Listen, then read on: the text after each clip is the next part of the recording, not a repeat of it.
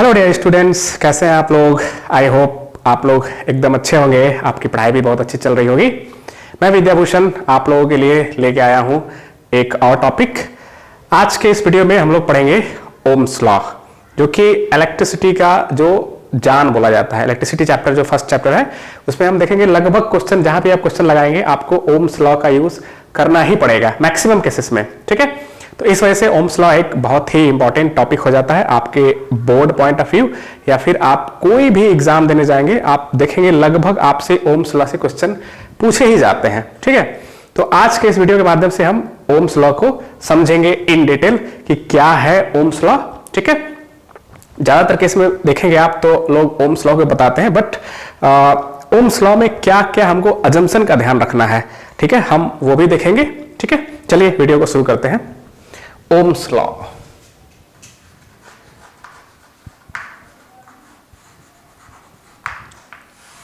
ये class 10th electricity का one of the most important chapter है, ठीक है। चलिए स्टार्ट करते हैं ओम्स लॉ। अच्छा, आप मुझे एक चीज बताइए कि अगर किसी सर्किट में हमको करंट को फ्लो कराना है तो हमें क्या करना पड़ेगा, ठीक है, बताइए जरा। तो जैसा कि आपको पता है कि अगर हमको सर्किट में करंट को फ्लो कराना है तो हमको उस सर्किट के क्रॉस एक पोटेंशियल डिफरेंस क्रिएट करना पड़ेगा, ठीक है। और वही पोटेंशियल डिफरेंस क्या करता है, एक ईएमएफ क्रिएट करता है, जिसके वजह से क्या होती है, हमारे चार्जेस पे फोर्स लगना स्टार्ट होता है और वो फ्लो करना स्टार्ट करती है, ठीक है। आई होप आपको उतने बेहतर तरीके से समझ नहीं आया होगा। चलिए देखते हैं। हम क्या करते हैं, एक सर्किट लेते हैं। सर्किट में हमने लिया एक रेसिस्टेंस और इसके क्रॉस हमने अप्लाई किया एक बैटरी, ठीक है। हमको पता है बैटरी में होते हैं दो टर्मिनल, एक होता है पॉजिटिव टर्मिनल और एक होता है नेगेटिव टर्मिनल। पॉजिटिव टर्मिनल को हम लोग बोलते हैं हायर पोटेंशियल, नेगेटिव टर्मिनल को बोलते हैं हम लोग लोअर पोटेंशियल, ठीक है। और हम ये मान के चलते हैं कि इस वायर के क्रॉस कोई भी रेसिस्टेंस नहीं है, जिसके वजह से इस वायर में किसी भी पावर का लॉस नहीं हो रहा है, किसी भी एनर्जी का लॉस नहीं हो रहा है। सारी की सारी जो हमारी पोटेंशियल लॉस है इस रेसिस्टेंस के ही क्रॉस हो रही है, ठीक है। तो हम ये मान के चलते हैं कि यहां से यहां तक पूरा हमारा हायर पोटेंशियल पे है और यहां से यहां ये पूरा लोअर पोटेंशियल पे है, ठीक है। तो जैसे ही हमने बैटरी कनेक्ट किया इस रेसिस्टेंस के क्रॉस, बैटरी में क्या होता है, बैटरी के पास एनर्जी होती है, ठीक है। अब यही एनर्जी जैसे ही सर्किट क्लोज हुआ ये फ्लो होना स्टार्ट हो जाती है और हमको करंट मिलने लगता है, ठीक है। तो जैसे ही हमने इसको बैटरी से कनेक्ट किया, हमको यहां से आई करंट फ्लो होना स्टार्ट हो गया। ये सपोज करिए एक V वोल्ट की बैटरी है और यही करंट इस रेसिस्टेंस में होके बाहर निकल जाते हैं, ठीक है। ये रेसिस्टेंस है R, ठीक है। अभी के लिए रहने देते हैं क्योंकि अभी हमने इसको इंट्रोड्यूस नहीं किया है, ठीक है। अब मैं अगर आपसे पूछूं कि इस सर्किट में, ठीक है, अब ये रेसिस्टेंस, ये हमारा जो अप्लायंस है, ये कुछ भी हो सकता है, अपना fan, cooler, washing machine, what ever you want, you can assume this, ठीक है। अब मैं आपसे अगर ये पूछूं कि इस सर्किट में मुझे करंट की वैल्यू को इंक्रीज करना है तो ये करंट की वैल्यू इंक्रीज कैसे होगी, ठीक है। तो आप सिंपली बोलेंगे कि सर अगर हमको करंट की वैल्यू इंक्रीज करना है तो हम क्या करेंगे, हम वोल्टेज की वैल्यू को बढ़ा देंगे, ठीक है। जैसे ही वोल्टेज की वैल्यू को हमने बढ़ाया, क्या करेगा, अब वोल्टेज वैल्यू जैसे ही बढ़ा, हमने सर्किट सेम रखा है, ठीक है। अगर सेम सर्किट है तो नंबर ऑफ इलेक्ट्रॉन्स अगर सेम है, ठीक है, तो जैसे ही हमने वोल्टेज बढ़ाया इसका मतलब हमने क्या किया, इसकी एनर्जी को बढ़ा दिया। जैसे ही एनर्जी हमने बढ़ाया, अब हर एक इलेक्ट्रॉन पे क्या होगा, ज्यादा एनर्जी लग रहा होगा। अब ज्यादा एनर्जी लग रहा होगा तो वो बहुत तेजी से मूव करेंगे। जैसे स्पीड उनकी बढ़ेगी, जैसे वो ज्यादा वेलोसिटी से मूव करना स्टार्ट करेंगे, करंट की वैल्यू भी ज्यादा हो जाएगी, ठीक है। तो ये एक पहला मेथड हो गया, हमको करंट की वैल्यू को बढ़ाना है तो हम वोल्टेज की वैल्यू को बढ़ा देंगे तो उसी रेस्पेक्ट में करंट की वैल्यू भी बढ़ जाएगा, ठीक है। एक और तरीका है करंट की वैल्यू को बढ़ाने का, ठीक है, वो है रेसिस्टेंस चेंज करके। वो हम अभी आगे देखेंगे कि उसको हम लोग कैसे बढ़ाएंगे, रेसिस्टेंस चेंज करके कैसे बढ़ाएंगे, ठीक है। तो जो हम अभी अभी जो हमने बताया कि अगर हमको करंट की वैल्यू को बढ़ाना है तो हमको क्या करना पड़ेगा, वोल्टेज की वैल्यू को बढ़ाना पड़ेगा। अब ये सारा का सारा ऑब्जर्वेशन कर रहे थे ओम सर। ओम सर ने क्या किया, एक सर्किट लिया, ठीक है, सर्किट इन द सेंस एक रेसिस्टेंस लिया, उसको उनके दोनों टर्मिनल को एक बैटरी के क्रॉस जोड़ दिया, ठीक है, और वो उन्होंने देखा कि जैसे जैसे उन्होंने वोल्टेज की वैल्यू को बढ़ाया, ठीक है, सपोज करिए अगर वोल्टेज 10 वोल्ट है, 10 वोल्ट पे उनको 1 एम्पियर की करंट मिल रही थी, ठीक है, फिर उन्होंने क्या किया, वोल्टेज की वैल्यू को बढ़ा के क्या कर दिया, 20 वोल्ट कर दिया। तो उन्होंने देखा कि जो करंट की वैल्यू भी बढ़ के क्या हो गई, 2 एम्पियर हो गई। तो जैसे जैसे वो वोल्टेज की वैल्यू को बढ़ा रहे थे, वो पा रहे थे कि करंट की वैल्यू भी बढ़ रही थी, ठीक है। ये सारा ऑब्जर्वेशन ओम सर कर रहे थे और वो एक अजम्पशन लेके चल रहे थे। वो अजम्पशन क्या था,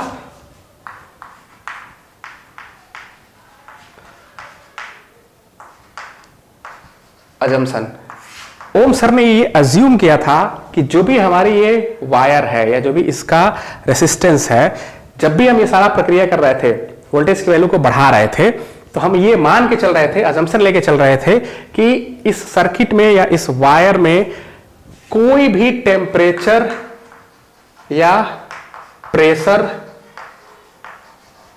या मैग्नेटिक फील्ड का इफेक्ट नहीं होगा। किसी भी फिजिकल प्रॉपर्टी की वजह से कोई भी फिजिकल प्रॉपर्टी का चेंज इसमें अज्यूम नहीं किया जाएगा, ठीक है, कि अगर टेम्परेचर बढ़े, सॉरी अगर वोल्टेज बढ़ाएंगे, करंट बढ़ाएंगे तो टेम्परेचर की वैल्यू इंक्रीज करेगी, जिसकी वजह से रेजिस्टेंस बढ़ेगा। ये सब मान के चल रहे थे कि ऐसा कुछ नहीं हो रहा है। ये एक अजम्पशन इन्होंने लिया था। एक्चुअली में ऐसा होता नहीं है, टेम्परेचर बढ़ता है, बट हम ये अज्यूम करके चलते हैं कि वोल्टेज बढ़ाने पे करंट की वैल्यू अगर बढ़ेगी तो टेम्परेचर का वैल्यू इंक्रीज नहीं करेगा, प्रेशर इंक्रीज नहीं करेगा। ये अजम्पशन इन्होंने लिया था, ठीक है। और दूसरा अजम्पशन क्या था कि हमारा जो भी ये डिवाइस होगा, जो भी हमारा वायर होगा, वो एक ओमिक डिवाइस होगा। Ohmic device in the sense जो ओम्स लॉ को फॉलो करेगा। और ओम्स लॉ को फॉलो करने का मतलब क्या हो गया कि देखिए 3-4 टाइप के डिवाइस होते हैं। एक हो गया ओमिक डिवाइस, ठीक है, नॉन ओमिक डिवाइस, ठीक है, या फिर आप उसको बोलते हैं इंसुलेटर, ठीक, या फिर सेमीकंडक्टर्स आपने देखे होंगे, डायोड, ट्रांजिस्टर, ठीक है। तो एक्चुअली उसमें क्या होता है, ओम्स ने ही बताया था कि जैसे जैसे हम करंट की वैल्यू को बढ़ाएंगे उसी के रेस्पेक्ट में आई की वैल्यू भी बढ़ेगा, ठीक है। तो जो नॉन ओमिक डिवाइसेस होते हैं उसमें ये जो हम अभी मैंने बोला कि जो वोल्टेज की वैल्यू अगर हम बढ़ाएंगे तो करंट की वैल्यू भी बढ़ेगी, उसी रेशियो में बढ़ेगी जिस रेशियो में हम वोल्टेज की वैल्यू को बढ़ाएंगे। तो जो नॉन ओमिक डिवाइस होते हैं वो इस कंसेप्ट को फॉलो नहीं करते हैं, ठीक है। अभी समझेंगे उनको हम क्या है। तो ओम सर ने ये ऑब्जर्व किया कि जैसे जैसे हमने वोल्टेज की वैल्यू को बढ़ाया, ठीक है, तो उसी के रेस्पेक्ट में आई की वैल्यू भी इंक्रीज हो गई। व्हाट इट मींस, जो वोल्टेज की वैल्यू है वो डायरेक्टली प्रोपोर्शनल है आई के। जैसे ही हमने वोल्टेज की वैल्यू बढ़ाया उसी रेस्पेक्ट में करंट की वैल्यू भी इंक्रीज हो गया, ठीक है। सपोज करिए कि अगर हमने वोल्टेज की वैल्यू को V इज इक्वल टू लिया है 10 वोल्ट, ठीक है, तो उस केस में जो हमको I मिला था हमको वो 1 एम्पियर मिला था, ठीक है। फिर ओम सर ने क्या किया, V की वैल्यू को बढ़ा के कर दिया 20 वोल्ट, ठीक है। और जैसे ही V की वैल्यू, इसके क्रॉस वोल्टेज की वैल्यू को उन्होंने बढ़ाया, उन्होंने पाया कि जो I की वैल्यू थी इसी रिस्पेक्ट में इसको 2 टाइम्स किया तो I भी क्या हो गया था, 2 एम्पियर हो गया था, ठीक है। फिर उन्होंने वोल्टेज की वैल्यू को बढ़ाया 30 वोल्ट, ठीक है, और उन्होंने देखा जो करंट की वैल्यू उनको मिल रही थी वो जा रही थी 3 एम्पियर। अच्छा, ये सारा ऑब्जर्वेशन वो कैसे कर रहे थे, उन्होंने क्या किया, इस वायर के क्रॉस 2 चीजें लगाया। एक तो लगाया वोल्ट मीटर और एक करंट मेजर करने के लिए लगाया अमीटर, ठीक है। तो अब अमीटर लगाने के लिए हमको हमेशा पता है, अमीटर को हम लोग सीरीज में लगाते हैं। सीरीज पैरेलल कनेक्शन हम लोग सीरीज पैरेलल वाले चैप्टर में पढ़े हैं या पढ़ेंगे, ठीक है। तो हमने एक सीरीज में लगा दिया था अमीटर, और जो भी रेसिस्टेंस हमने लगाया था या भी जो भी अप्लायंस है उसके पैरेलल में हमने लगा दिया था एक वोल्ट मीटर, ठीक है। अब ये क्या करता है, वोल्ट मीटर या अमीटर, वोल्ट मीटर मेजर करता है वोल्टेज को, अमीटर मेजर करता है करंट को, ठीक है। तो उन्होंने क्या किया, जैसे जैसे वोल्टेज की वैल्यू को बढ़ा रहे थे वो इसकी रीडिंग को देखते जा रहे थे। वोल्टेज की वैल्यू को उन्होंने जब 10 था तो उन्होंने पाया अमीटर में जो करंट की रीडिंग आई थी वो 1 एम्पियर आई थी। वोल्टेज की वैल्यू जब उन्होंने बढ़ा के 20 ओम किया, ठीक है, इसमें वो सब चीजें रीडिंग देख रहे थे, तो उन्होंने देखा करंट अमीटर में 2 एम्पियर की आ रही थी। जब उन्होंने वोल्टेज की वैल्यू बढ़ा के 30 वोल्ट किया तो उन्होंने देखा अमीटर में जो करंट की रीडिंग आ रही थी 3 एम्पियर आ रही थी। फर्दर उन्होंने वोल्टेज की वैल्यू को बढ़ाया और वो कर दिया 40 वोल्ट, ठीक है।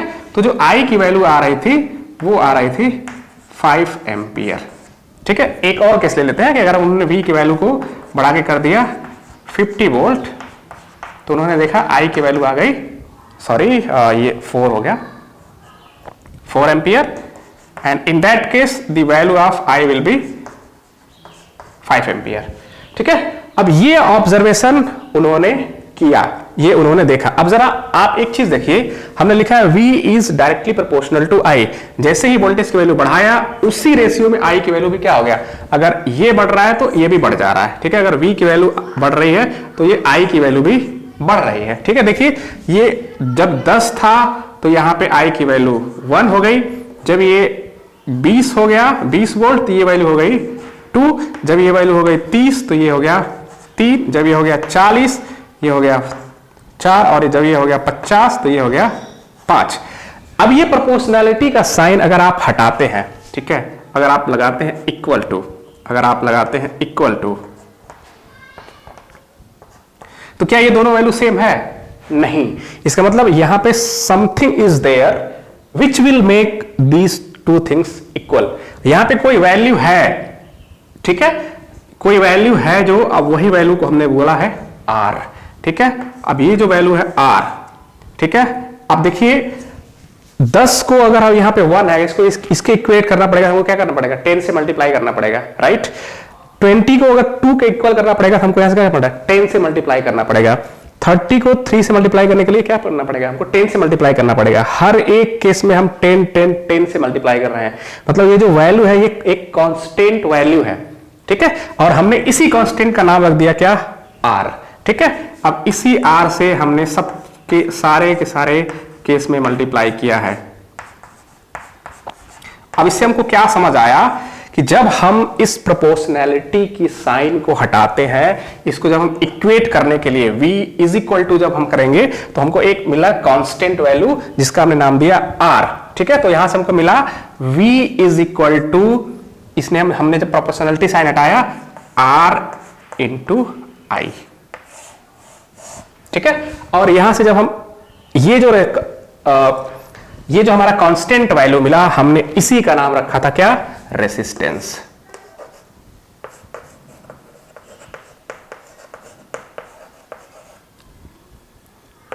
ठीक है, रेसिस्टेंस।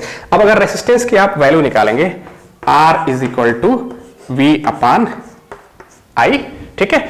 हमको पता है V क्या है, वोल्टेज है, इसका यूनिट होता है वोल्ट, और I क्या है, करंट, करंट की यूनिट होती है एम्पियर, ठीक है। तो वोल्ट पर एम्पियर को ही हम लोग क्या एक नाम दे दिए, ओम, ठीक है। वोल्ट पर एम्पियर इसी का नाम है ओम, और ये इसका सिंबल है, ठीक है। तो हमने देखा कि जब हम एक कांस्टेंट रेशियो से जब हम वोल्टेज की वैल्यू को बढ़ा रहे थे तो एक करंट की वैल्यू भी सेम रेशियो से बढ़ रही थी, ठीक है। तो हमने पाया कि ये एक कांस्टेंट वैल्यू हमको मिला जिस रेशियो से वैल्यू को बढ़ा रहा था।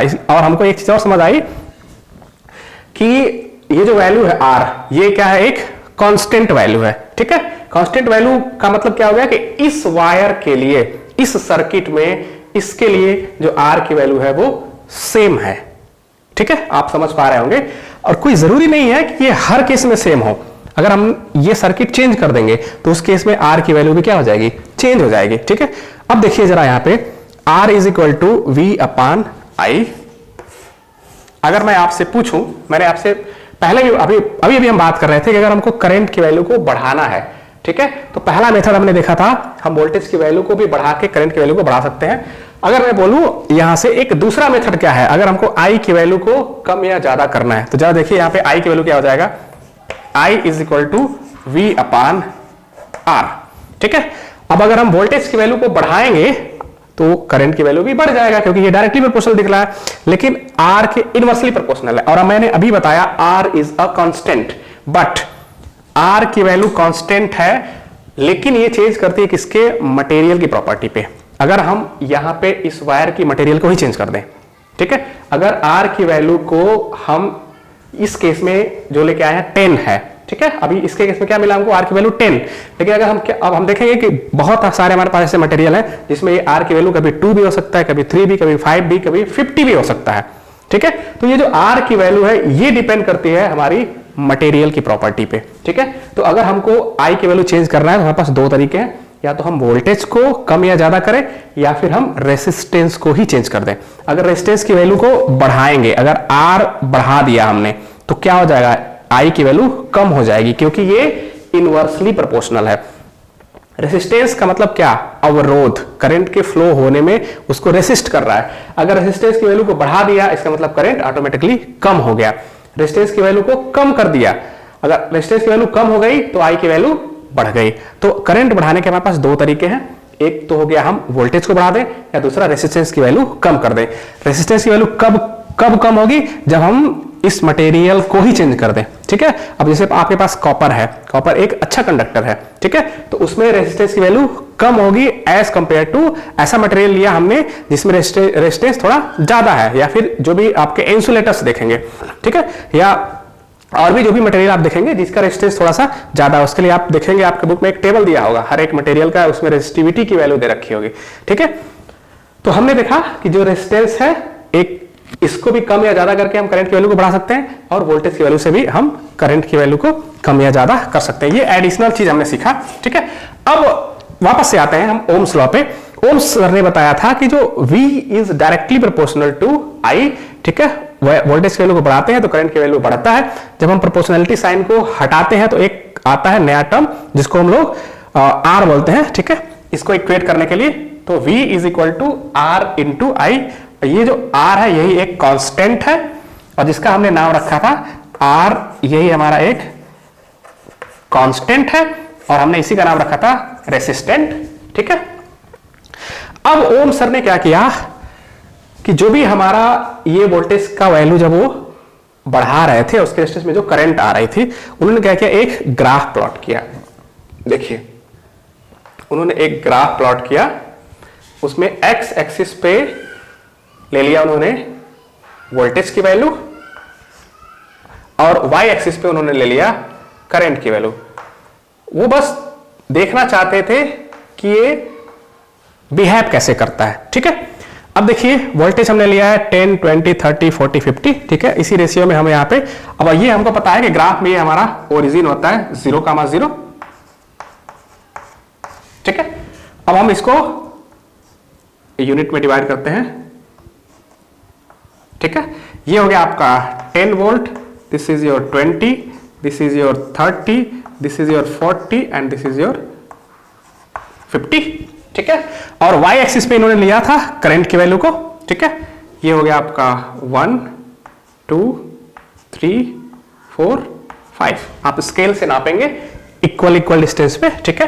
तो ये हो गया आपका 1 ampere, 2 ampere, 3 ampere, 4 ampere and 5 ampere, ठीक है।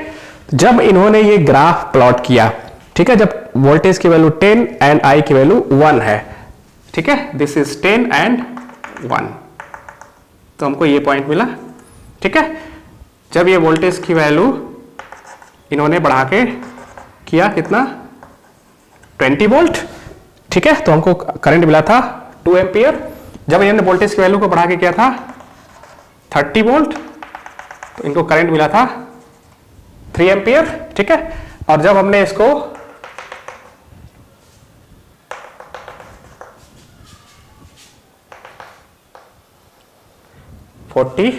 एंड जब फर्दर हमने आगे बढ़ाया था, ठीक है। तो आप अगर इन सारे पॉइंट्स को मिलाएंगे तो आप देखेंगे कि ये एक स्ट्रेट लाइन, और जब वोल्टेज की वैल्यू 0 रहेगी तो उस केस में करंट की वैल्यू भी क्या होगी, 0 होगी, ठीक है। आई होप आपको ये समझ आ रहा होगा, ठीक है। थोड़ा सा अगर टेढ़ा हो रहा होगा तो प्लीज उसको ध्यान मत दीजिएगा। अब ये हमारे सारे पॉइंट्स मिल गए, ठीक है। अब देखिए, अब उन्होंने क्या ऑब्जर्व किया कि जो हमारा VI ग्राफ आया वो क्या आया, एक स्ट्रेट लाइन आया, एक लीनियर ग्राफ आया, ठीक है। ये हो गया आपका स्ट्रेट लाइन, स्ट्रेट लाइन, ठीक है। तो हमको यहां से एक और चीज पता चला कि जो भी ओम्स लॉ होगा, ठीक है, या ओमिक डिवाइसेस जो भी होंगे वो हमेशा क्या करते हैं, एक लीनियर पाथ को फॉलो करते हैं। ये एक लीनियर ग्राफ हमको देते हैं, ठीक है, एक लीनियर रिलेशन देते हैं V और I में। इसका मतलब जिस रिस्पेक्ट में V बढ़ेगा उसी रिस्पेक्ट में I की भी वैल्यू बढ़ेगी। तो जो इस लीनियर रिलेशन को फॉलो करते हैं उन्हीं को हम बोलते हैं ओमिक डिवाइस, ठीक है। और जो इस लीनियर रिलेशन को फॉलो नहीं करते हैं, जैसे कि मान लीजिए अगर हमने वोल्टेज 10 किया है और यहाँ रेजिस्टेंस की वैल्यू I की वैल्यू 1 है, लेकिन जैसे हमने वोल्टेज की वैल्यू को 20 किया, ये 2 एम्पियर ना होके 3 एम्पियर हो जाए, 4 एम्पियर हो जाए, 5 एम्पियर हो जाए, या फिर 0.1 ही एम्पियर हो जाए, कम हो जाए, ज्यादा हो जाए, इसका मतलब क्या होगा कि इस रिलेशन को फॉलो नहीं कर रहा है, ठीक है। तो जो इस रिलेशन को फॉलो नहीं करता है हम उसको बोलते हैं नॉन ओमिक डिवाइस, ठीक है। आई होप आपको ये भी समझ आया होगा, ठीक है। तो यहां से हमने ये भी देख लिया कि ये ग्राफ हमारा कैसा आता है, स्ट्रेट लाइन का ग्राफ आता है, ठीक है। और ये हमारा x एक्सिस पे है V, y एक्सिस पे है I। आप उल्टा भी कर सकते हैं, V को आप y एक्सिस पे और I को भी x एक्सिस पे रख सकते हैं, ठीक है। कभी कभी आप देखेंगे ना कि क्वेश्चन में आपसे VI ग्राफ पे भी क्वेश्चन पूछता है, ठीक है। अगर इस केस में हम देखें तो ये हमारा स्लोप हो गया, ठीक है। तो कभी कभी आप अगर हमको यहां से ये अगर स्लोप मान लीजिए ये थीटा हो गया, तो आपसे पूछे tan थीटा क्या हो जाएगा, tan थीटा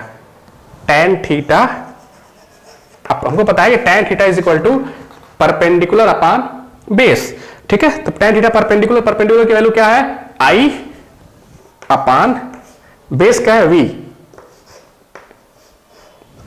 ठीक है। तो कभी कभी आप देखेंगे कि आपको न्यूमेरिकल में दिया रहेगा स्लोप की वैल्यू दे रखी होगी, ठीक है, और किसी एक की वैल्यू दे रखा होगा I या V, फिर आपसे दूसरे की वैल्यू पूछेगा, ठीक है। तो आई होप आपको ये भी समझ में आया होगा, ठीक है। बाकी हम रेसिस्टेंस की फर्दर प्रॉपर्टी किस पे डिपेंड करता है, ठीक है, वो हम रेसिस्टिविटी में देखेंगे या देख चुके होंगे आप लोग, ठीक है। आई होप आपको ओम्स लॉ समझ में आया होगा, ठीक है। अब नेक्स्ट वीडियो में हम ओम्स लॉ पे रिलेटेड जो भी क्वेश्चंस होंगे उनको सॉल्व करेंगे। आई होप आप इस लेक्चर को एंजॉय किए होंगे। Thank you for watching.